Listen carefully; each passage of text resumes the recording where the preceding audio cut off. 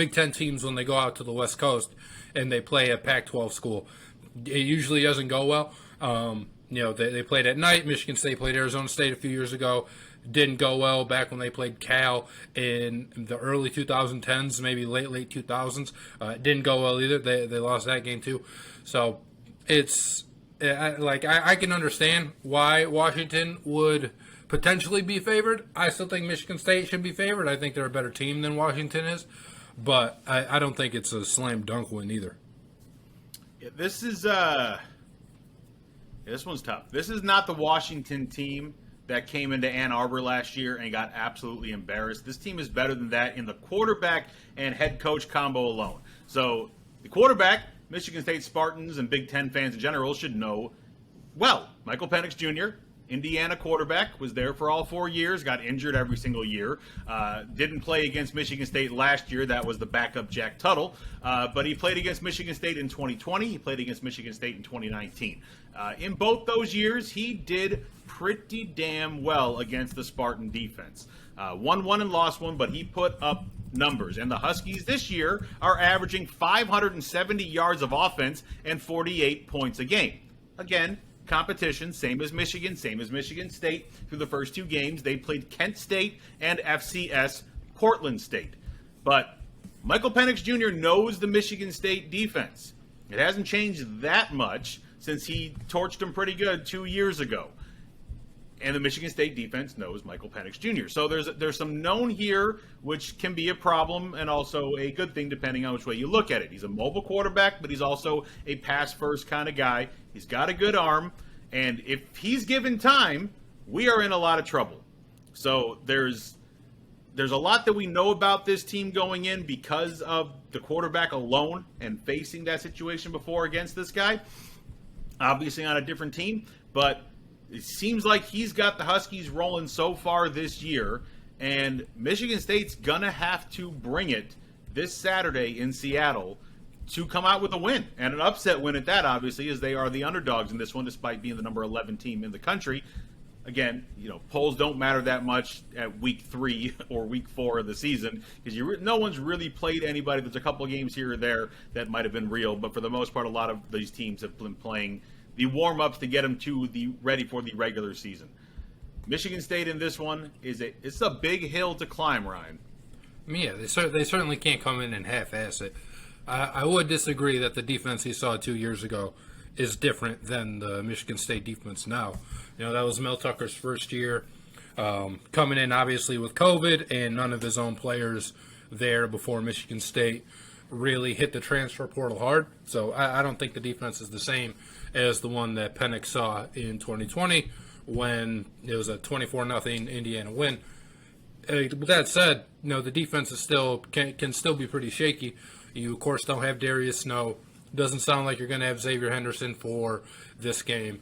And to me, it's going to come down to, can Michigan State pressure Penix when he's in the pocket and make him make him a little bit more skittish and not want to throw the ball so much, because he is, he's a guy who, he doesn't run a lot, right? In their last game against Portland State, he didn't run at all, and then in the first game with Kent State, he has 4 rushes attributed to him, but as we know, sacks count as rushes against the quarterback. So it could have been 3 designed runs and 1 sack or something.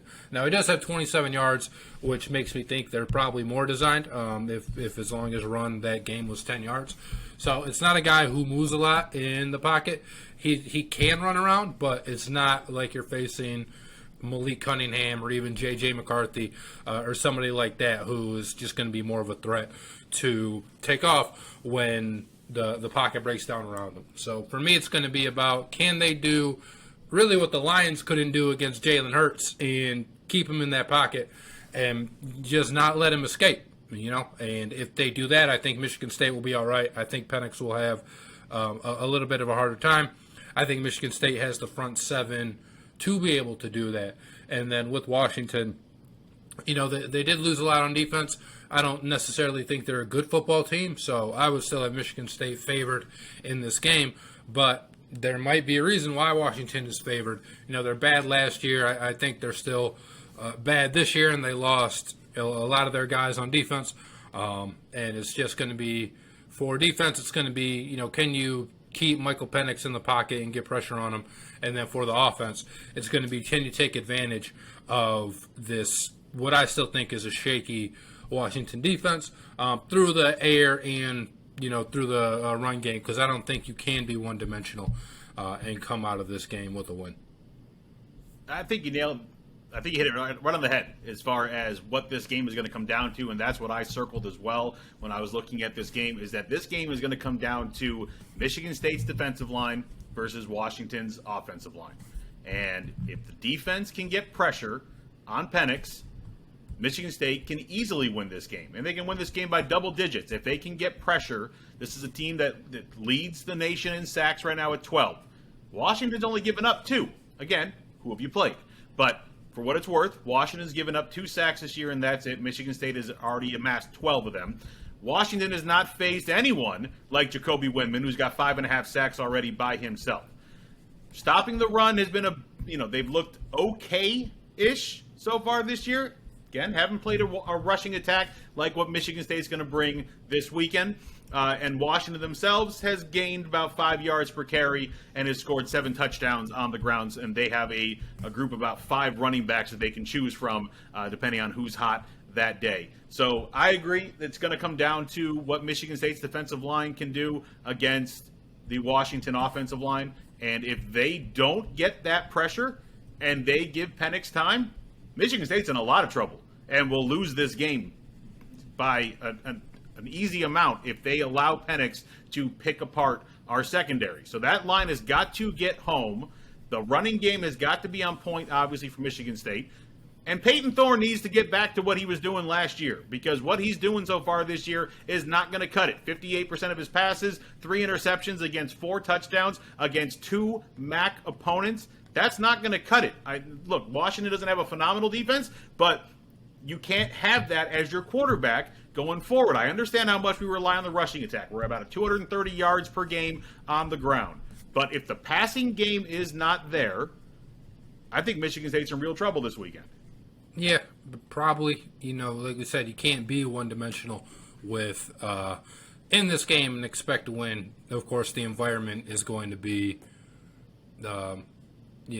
unwelcoming, hostile, whatever you want to say, because it's a night game and you are the number 11 team in the country going into Washington, who is 2-0, and if they win this game, they are certainly going to be ranked, and that's going to cause their fans to really come out, I think, and just be excited, be hyped up.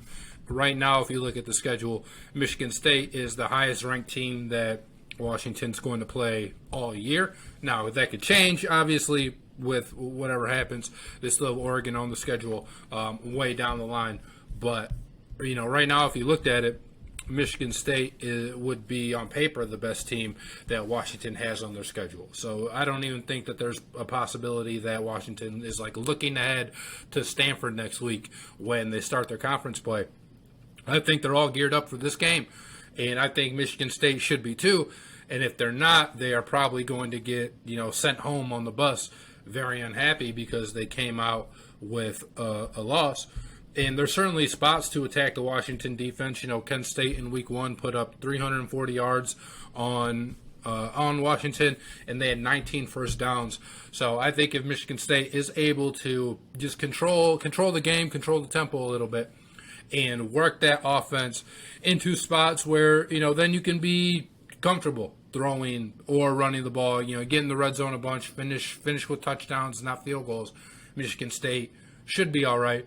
And obviously all the other cliches, right? Take care of the ball, keep the chains moving, all of that stuff that's typical to winning football games. But I really think that's what Michigan State needs to do. There's an opportunity to do it with Washington. I don't know that there's going to be a whole lot of resistance from the Washington defense. And if the Michigan State offense does feel resistance from the Washington defense, then I think it could be a long night. But I kind of don't expect that to happen. I do think Michigan State will walk out with a 7 to 10 point victory. Nothing that's crazy sexy, but it'll get the job done. Hey, Ryan Griffin here. Thank you so much for watching today's episode of Griffin and Bass. Be sure to give us your thoughts in the comments below. Remember to click the bell to receive the latest notifications from DSN and subscribe for breaking news, community blogs, polls, contests, and other content.